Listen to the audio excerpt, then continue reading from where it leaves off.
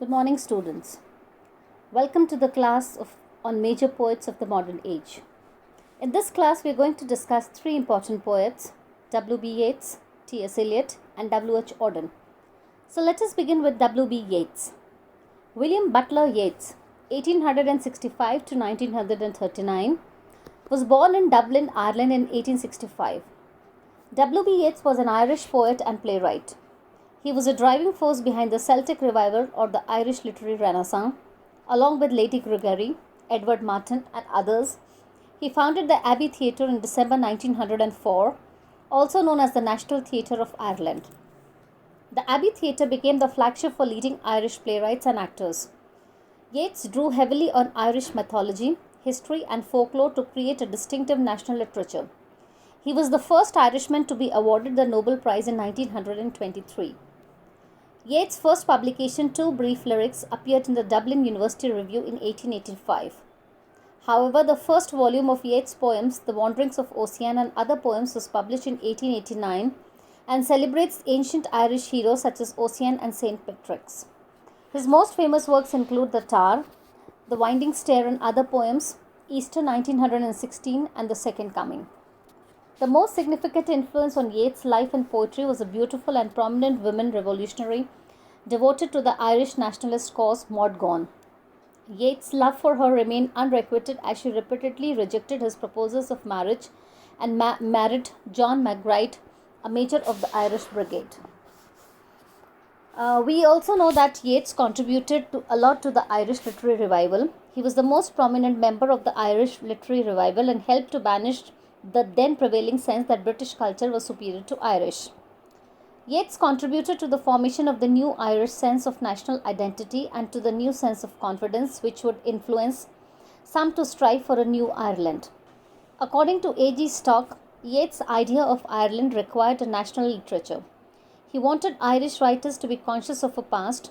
He wanted the native legends and folklore to be known widely enough to be the medium of the image thinking, which is the wisdom of poetry and the language of our nationals. Yeats' writings often depicted the rural Ireland of fable and myth that so captivated him throughout his life. Many of his works drew directly upon the legends of the pre-Christian Ireland, such as his poems The Wanderings of Ossian and The Lake Isle of Innisfree. In his poem The Fisherman, Yeats himself speaks of writing for my own race and alludes to the ability and difficulties a poet has in contributing to a sense of national identity. According to John Frame, Yeats asserts Irish dignity against the increasingly dominant form of Anglo-American popular culture. By espousing Irish material and settling in his poetry, he establishes an Irish literary movement for its propagation. Yeats died in the year 1939. Now let us take the second poet for discussion, T.S. Eliot, Thomas Stearns Eliot, 1888 to 1965. He was born in America. Although born in America, Eliot moved to Britain at the age of 25 and eventually attained British citizenship in 1927. He was a famous modern poet, playwright, and literary critic. He got his education at Harvard and graduated in philosophy. Eliot was well versed in the knowledge of Latin, French, Greek, and German, and his works reflect a deep knowledge of the classics. Eliot met Ezra Pound in 1914. Pound became his literary mentor who got his poems published and aided him in receiving critical acclaim. Eliot's first major poems, The Love Song of J. Alfred Prufrock, was published at Pound's insistence in Poetry, a magazine of verse after Pound persuaded the magazine editor Harriet Moron. The poem was later published in a separate book as part of the Eliot's first published collection of poems, Prufrock and Other Observations, in 1917. This famous modernist poem examined the fragmented and tormented psyche, emotionally and physically sterile character of the prototypical modern man. The title of this song comes from Rudyard Kipling's poem The Love Song of Har Dayal. Although the title refers to the poem as a love song, the poem is actually anti-romantic in tone, reflecting on Prufrock's failure as a lover. Eliot's major new work, the 434-line modernist landmark poem The Wasteland, was first published in the Criterion. Eliot dedicated the poem to Pound and referred to him as the better craftsman. This phrase emphasized Pound's hand in editing and shaping the poem. Although criticized for being too obscure and complex, The Wasteland reflects Eliot's disillusionment with the moral and spiritual decay in post-World War Europe. Apart from writing poetry, Eliot also served as a literary editor of the feminist magazine The Egoist. He was a notable modern critic known for his essays Tradition and the Individual Talent and Hamlet and His Problems, both published in 1920. In Tradition and Individual Talent, Eliot defined poetry as not a turning loose of emotions but an escape from emotion, not the expression of personality but an escape from personality. Eliot's famous play Murder in the Cathedral, written in 1935, The Family Reunion 1939, The Cocktail Party 1949, The Confidential Clerk 1954, and The Elder Statesman 1959 were published in one volume in 1962. Eliot's famous works includes poetry, which includes the love songs of J. Alfred Prufrock, Portrait of a Lady, Aunt Helene.